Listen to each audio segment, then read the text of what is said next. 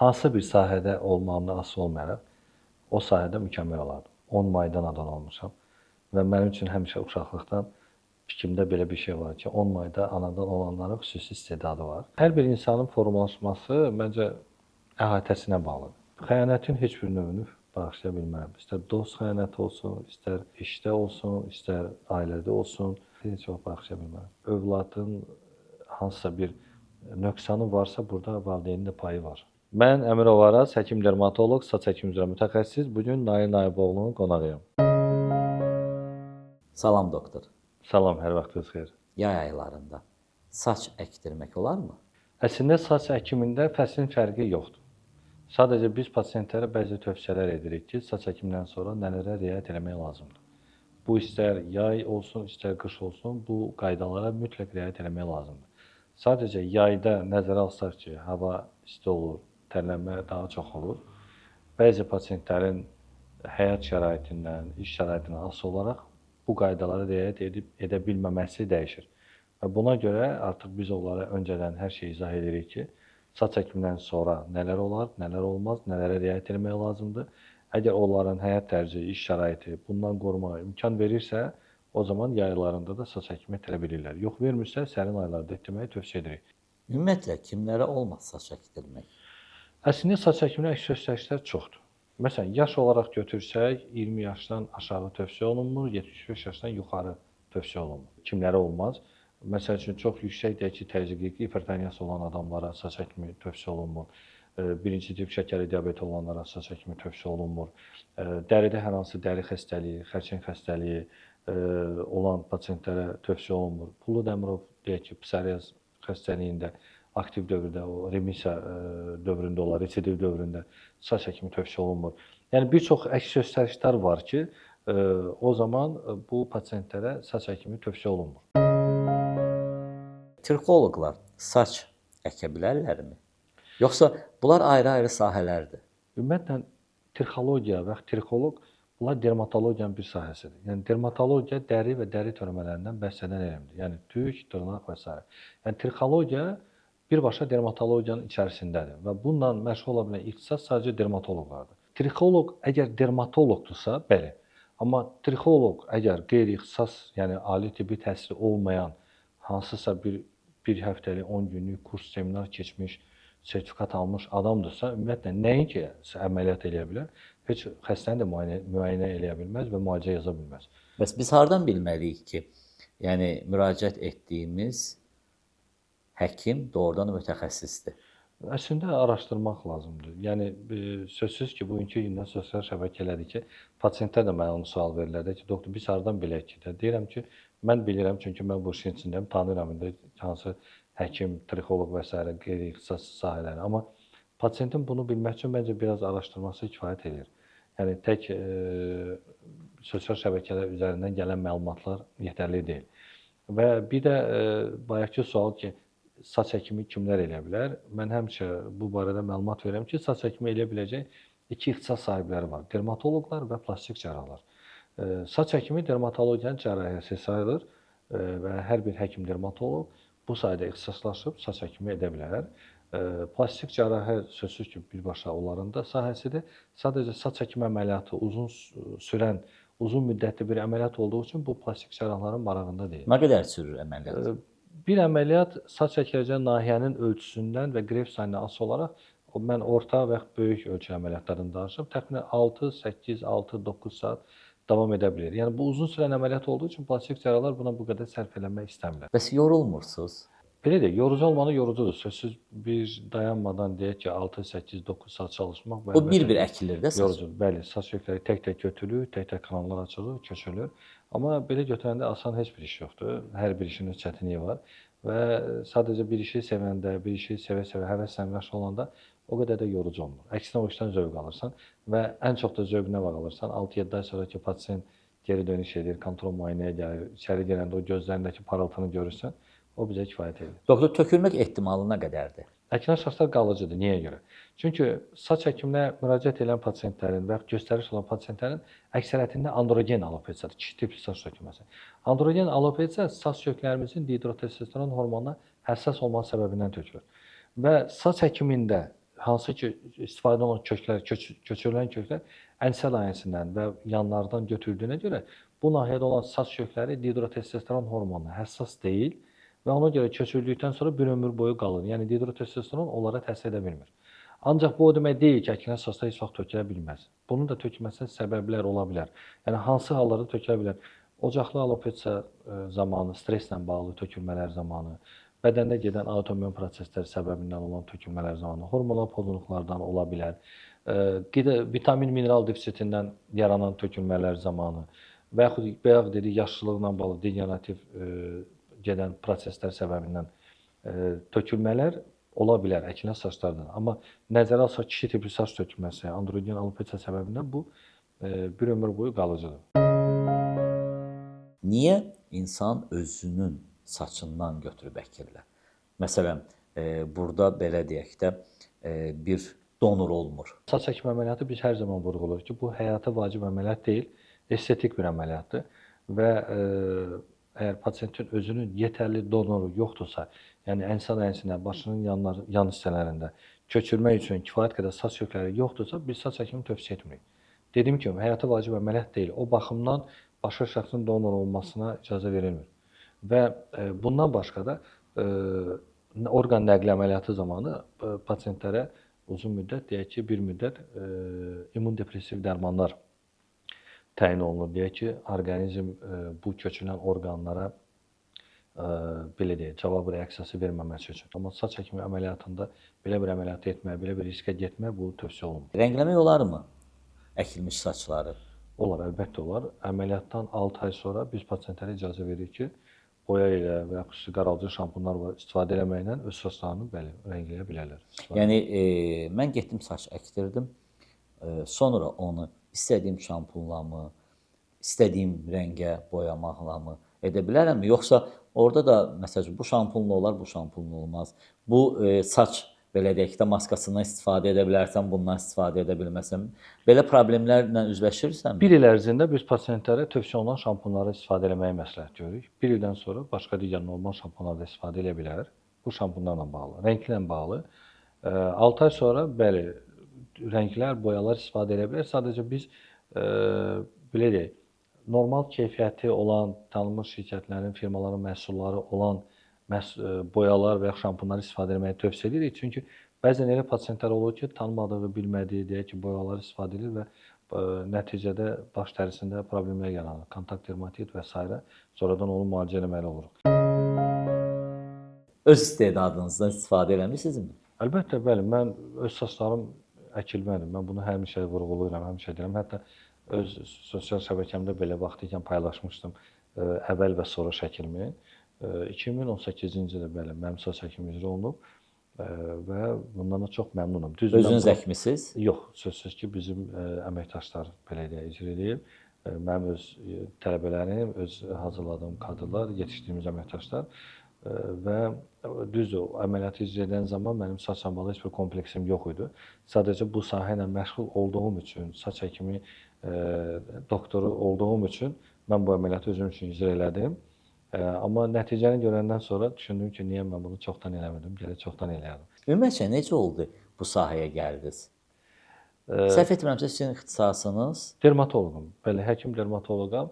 Mən belə deyək, bax dermatologiya sahəsində nə edəcəyimi düşünürdüm ki, yəni nə etmək olar, daha da belə deyək, aktiv məşğul olmaq üçün bu sahə ilə və demək olar ki, bütün sahələrdə dermatologiyanın deyək kosmetologiyadır, müxtəlif orada var dolğularla, deyək ki, botoksdur, saplarla, yəni belə deyək, əməliyyatlar olmadan bəzi dəyişikliklər eləmək falan burunda, gözdə və s. üzdə. Demək olar ki, onların hamısının kursunu keçdim mən vaxtı ikən və eyni ilə də saç həkimi və sonra Necə estetik cərrah Azərbaycana olmadınız? estetik cərrah mən ola bilmərəm. Çünki mən həkim dermatoloqam. Amma dermatokosmetologiya ilə məşğul olmaq, saç həkimlə məşğul olmaq mənim ixtisasım imkan verir. Ona görə vaxtı ikən mən bunların hamısını öyrəndim və sonra Azərbaycana gəldim, baxdım, araşdırdım və qərar verdim ki, mən ancaq saç həkimlə məşğul olmalıyam. Təhsiliniz xaricdə olub? Belə deyək, Türkiyədə almışam. Tibb universitetini mən Azərbaycanda bitirmişəm. Yəni tibb təhsilimi Azərbaycanda almışam. Yəni saç həkiminə aid dünyada nə yenilik varsa öyrənmək üçün mənim üçün sərhəd yoxdur. Yəni yeri gəlsə 2 gün, 1 gün təyyarə ilə yol gedə bilərəm, amma yetər ki, onun yeniliyi, nəsə varsa onu mütləq mən öyrənməliyəm. bilməliyəm. Azərbaycanda yaxşıların yaxşısısınız. Bu hiss necə hissdir ki, məndən yaxşısı yoxdur? Mən heç vaxt açığı elə düşünmürəm. Çünki mənim ətrafımda olanlar hamısı yaxşıdır. Yəni tanıdığım həkimlər, tələbə yoldaşlarım, mənim Ümumiyyətlə bildiklərim- çoxdurmu Azərbaycanda saç həkimi ilə məşğul olanlar? O qədər çox deyil, amma çoxdur. Yəni var, amma o qədər deyil. Yəni ümumiyyətlə həkimləri götürəm ki, mənim tanıdığım, bildiyim tələbə yoldaşlarım, qrup yoldaşlarım, başqa digər hansı ki, mənim üçün onlar elə hamısı öz sahəsində yaxşıdır. Hər kəs öz sahəsində peşəkardır. Yəni heç vaxt özümü o şəkildə nə təqdim eləməmişəm, nə də ki, yaxşıların yaxşısı kimi yox, sadəcə mən öz işimi sevirəm. Saç həkimi mütəxəssisi olmasaydınız, başqa bir peşə sahibi olsaydınız, bu uğuru qazana bilərdinizmi sizcə? Mən belə hesab edirəm. Hansı bir sahədə olmağımdan asılı olmayaraq, o sahədə mükəmməl olardım. Çünki mən dediyim kimi xarakterim belədir. Mən bürcüm buğa bürcüdür. 10 mayda anadan olmuşam və mənim üçün həmişə uşaqlıqdan fikrimdə belə bir şey var ki, 10 mayda anadan olanların xüsusi istedadı var və bununla həmişə belə deyək də özüm fəxr eləmişəm ki, mən 10 mayda doğulmuşam. Ulu öndərindən bir gündə. Və ona görə uşaqlıqdan içimdə belə bir his var ki, mən 10 mayda doğulmuşamsa, mənim xüsusi istedadım var. Mən də hansı sahədə olsam mütləq orada uğurlu olaram. Və həqiqətən həkimlik olmasın. Düşünürəm ki, hər hansı bir sahədə olsam, yəni mənim xarakterim imkan verir ki, o sahədə mükəmməl olmaq üçün əlimdən gələni hər şey edim. Çünki mənim üçün belə bir hədəf var. O hədəfə çatmaq üçün başa düşürəm ki, əziyyət çəkmək lazımdır, zəhmət çəkmək lazımdır və bu mənim üçün problem deyil. Yəni əlimdən gələn hər bir şeyi qarşıma qoydum hədəfə çatmaq üçün yaxşı mənada eləyə bilən adamam. Ümumiyyətlə doğum günlərini qeyd edirsinizmi? Ailə olaraq, yəni belə böyük nəsə bir məclis olsun, belə Yəni həvəskar deyilsiniz. o dərəcədə yadımda qalmır. Ya birdən kimsə deyir ki, evdən deyir ki, də həyat yoldaşımsa, sən ad günə nə alım? Deyirəm ki, mən bax yadıma düşür ki, tutaq ki, ad günümə az qalıb da belə deyir. Ümumiyyətlə hədiyyə almağı xoşlayırsınızmı? Hədiyyə almağı xoşlayıram, verməyi daha çox xoşlayıram. Doktor, bu gün hamı şikayət edir ki, zamanə dəyişib, övlad böyütmək çətindir, övlad tərbiyə etmək çətindir. Niyə elədir? Hər bir insanın formalaşması məncə əhatəsinə bağlıdır. Mən həmişə misal çəkirəm, evdə uşaqlara da misal çəkirəm ki, məsələn, mənim atam həmişə mənə müəyyən qadağalar qoyurdu, mən uşaq olanda. Dərsimi oxuyurdum, vaxtında bitirirdim, amma yenə də mənə qadağalar qoyurdu ki, bunları eləmək olmaz, küçədə bu hərəkətlər olmaz, falan yerə getmək olmaz. Və mən başa düşmürdüm. Həmişə özümdə şikayət edirdim içimdəki, axı niyə olmaz? Və müəyyən bir yaş keçəndən sonra, müəyyən bir yaşa gələndən sonra başa düşürsən ki, hə, bu niyə görə sənə deyilirdi? Bu qadağalar nə üçün idi? Niyə bunlar icazə verilmirdi? Onda başa düşürsən, yəni müəyyən yaşa, müəyyən həddə çatandan sonra. Və biz hansı tərbiyədə böyümüşüksə, ailədə bizim övladlarımız da həmən tərbiyədə böyüyür, davam edir. Yəni burada biz nə cəmiyyəti günahlandırmırıq. Sadəcə düşünürəm ki, hər bir insan düşdüyü mühit, əhatəsində olan insanlar bu çox önəmlidir və bir insan iradəsi önəmlidir. Məsələn, çox misallar çəkmək olar. Elə misal çəkmək olar ki, elə insan var ki, həqiqətən elə bir əhatədə, elə bir insanlarda, dostların arasında böyüyüb ki, deyək ki, mənim bir pasiyentim var, adını çəkməyəcəm, tanınmış bir insandır. O həmişə misal çəkirdi mənə ki, deyir, mən məsələn elə bir məhəllədə böyümüşəm ki, o məhəllədə mənlə böyüyən uşaqların bir hissəsi, bir neçəsi dünyasını dəyişib, bir hissəsi deyək ki, həbsdədir və s. belə misallar çəkirdi. Amma o insan bugünkü gündə çox tanınmış, məşhur bir insandır. Düşünürəm ki, bəzən insan iradəsi də olmalıdır. Yəni tək hər şeyi əhatənə, ətrafa bağlamaq olmaz. Yəni insan içində də iradə olmalıdır, bilməlidir ki, nə düzgündür, nə düzgün deyil, nə etmək olar, nə etmək olmaz. Deyirlər ki, qızların ən yaxın sirdaşı atalarıdır. Qızlar Evinizdə 2 qız böyüyür. Bəli. Qız övladınız var 2. Necə atasınız? Mən hesab edirəm ki, Aranızda yaxşı atam. pərdə varmı, yoxsa Pərdə əlbəttə mütləq var. Çünki qızlarım məni çox istəyir, mən onları çox istəyirəm. Yəni onlar üçün hər biri valideyn kimi, ata kimi həyatımdan keçərəm. Amma pərdə əlbəttə var, mütləq olmalıdır. Yəni ata ilə qız arasında pərdə olmalıdır. Onlar da bunu bilir, mən də bunu bilirəm və amma bəzən ata və qızlar sirdaş olurlar. yox, bu bizdə belə. Bizdə sirdaş analarıdır, amma yəni ki, bizim belə deyək də, indi hər bir valideynlə övlad arasında necə bir-birinə bağlıdır. Sözsüz ki, qız övladları ataya daha çox ata ilə belə deyək də fəxr eləyirlər. Ata ilə nəfəs alırlar, hər şeyi idealları ata olur. Amma sirdaşların mütləq evdə anaları olmalıdır ki, çünki elə şey var ki, ata ilə onu bölüşmək, danışmaq olmur, amma ana hər zaman qızlarla o sirləri danışıb paylaşa bilir və belə olduğu halda yenə də hər şey valideyn kontrolunda, nəzarətində olur və valideyn təsir edə bilir gələcəkdə baş verə biləcək hadisələrə. Doktor, bir sual verim sizə. Buyurun. Niyə görə biz kişilər daha çox arzulayırıq ki, bizim oğlan uşaqlarımız olsun? Yəni oğlan övladlarımız olsun. Açığı mən iki qız övladım var. Mən desəm ki, mənim belə arzum olmayıb. Elə səslənə bilər ki, yəqin ki, iki qızı var, ona görə belə deyir. Mən elə arzulamamışam. Mən həmişə arzulamışam ki, Allah nə övlad verirsə, xeyirli övlad versin. İstər qız, istər oğlan xeyirli olsun.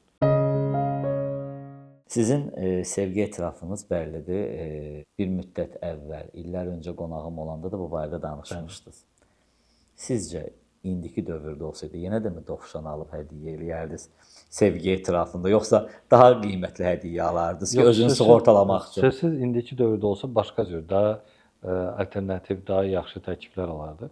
İndi o vaxtki zamanı üçün o idi da. O həm imkan baxımından, maddiyyat baxımından, düşüncə baxımından, yəni onu eləmişdi. İndi sözsüz ki, həm başqa cür düşünürük, başqa imkanlar var. Sözsüz ki, tamam başqa cür olardı, eyni olmazdı. Yəni hər zamanın bir hökmü var da. O vaxtki onu eləmək lazım idi, onu eləmişdik. Heç bu hadisəni xatırlayanda bir içinizdən bir his keçirmi ki, utancaqlıq və yaxud da ki, indi heç vaxt belə eləməzdim? Yox, əksinə, yəni o normal doğma hisslərdir. Yəni sırf etirafı deyirəm. Yəni Bildim, nə bildim. almağı demirəm. Bilirəm. Yəni o insanın içindən gələn təmiz, saf hisslərdir və onu kim necə bacarır o şəkildə büruzə verir, o etiraf eləyir. Qətiyyən, yəni biz onu keçən dəfə müzakirə etmişdik. Mən qətiyyən heç vaxt elə şeydən çəkinmirəm, utanmıram. Zaten bu yəni gündə hamıya olunası bir şey deyil də. Yəni sən gələcəkdə ailə qurduğun insanı seçirsən, həyatı bərabər gedəcəyin insanı seçirsən, ömrünün axırına qədər yaşayacağın birini seçirsən və belə bir şeydə bunu etiraf etməkdə utanmaq əlbəttə ki, yox. Yəni əksinə O hədiyyə qalırmı hələ də, yoxsa o hədiyyə mənim həyat yoldaşımın anasının evində idi. Sonra bilmirəm, orada qaldı, yoxsa bizim uşaqlar götürdülər onu. Xəbərim yoxdur açığı hədiyyənin sonrakı taleyinə. Mən bilim qalırdı, bilirəm. Amma indi bilmirəm. Əvvəl amma görmüşdüm onu. qısqancdırmı Araz doktor? Deyərdim hə. Mənim üçün müəyyən kriterlər var da ki, yəni necə ki hər bir Azərbaycan kişisində var, məndə də var. Biraz da bəlkə çoxdur. Qurmansızmı? Sevirəm, bəli. Ən çox nəyi sevirsiniz? Və yaxud da sizdəmi o kişilərdənsiniz ki, xanım nə də bişirsə deyirsiniz ki, bundan yaxşısı yoxdur? Belə deyək. Xanım adətən sənin sevdiyin, bəyəndiyin yeməkləri bişirir. Yəni nəzərə alsaq ki, indi biz ailə qurmamışdan artıq bir neçə il bir-birimizi tanıyırdıq. Artıq həyat yoldaşı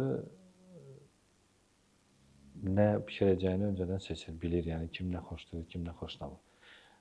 Ona görə belə bir problemimiz olmur. Özümlə bağlı, yəni ən kiçik yaşlarımdan belə mən xoşlayırdım hər zaman kabab bişirməyi. Yəni balaca olanda belə, uşaq olanda belə ən çox sevdiyim bir şey idi. Yəni fürsət tapanda, imkan olanda özüm xoşlayırdım ki, belə deyək də kabab bişirməyi sevirəm. Amma başqa belə şeylər yox, bacarmıram. Həyatda çox sakit və insanı təmkinlə dinləməyi bacarırsınız. Bu bir obrazınızdır, yoxsa doğrudan da yəni bizim tanımadığımız Araz doktor də elə doğrudan da sakit və təmkinlidir. Əslində belə deyərdim. İşdə müəyyən qaydalar var ki, bunlara mütləq riayət etmək lazımdır. Çünki gün ərzində bizə bir çox pasientlər müraciət edir, hər bir müxtəlif xarakterdən, müxtəlif xəssiyyətdə. Bizim işimiz xidmət sahəsidir. Biz əlbəttə ki, bizim işimiz də onlara səbrlə qulaq asmaq, dinləmək, məsləhətlər, tövsiyələr vermək. Bu bizim işimizdən irəli gəlir və mütləq bunu eləmək lazımdır. Yəni mən evdə hansı xəssiyyətdəyəm, hansı xarakterdəyəm, işdə də elə ola bilərəm, əsla bu belə deyil. Bu mənim işin məni belə də saldığı bir çərçivədir. Evdə necə oluram? Evdə demək olar ki, evdə çox az vaxt keçir. Bizim həyatımızın böyük hissəsi işdə keçir. Evdə demək olar ki, bizim günümüzün təxminən 10-20% keçir. Və işdən sonra da o qədər insan yorğun olur ki, o qədər çox danışmağa belə bir imkan qalmır, vaxt qalmır. Amma ümumilikdə götürəndə səbirli insanam. Sakit insan deməzdim. Biraz xaraktercə o qədər də sakit insan deyiləm. Amma dediyim kimi işin çərçivəsi var ki, hansı ki biz o çərçivə salıb və biz o çərçivədən kənara çıxmamağa çalışırıq. Doktor nələri bağışlaya bilməz? Xəyanətin heç bir növünü bağışlaya bilmərəm. İstər dost xəyanəti olsun, istər işdə olsun, istər ailədə olsun. Yəni hər hansı bir növündə xəyanəti heç vaxt bağışlaya bilmərəm. Doktor özü xəyanət edibmi? Əsla yox. Yenə də bütün sahələrdə istər dostlarım olsun, istər işdə olsun, istər ailədə olsun, heç vaxt nə öz əməkdaşlarıma, nə iş yoldaşlarıma, nə dostlarıma, nə ailədə heç vaxt yəni belə şey söhbət gedə bilməz.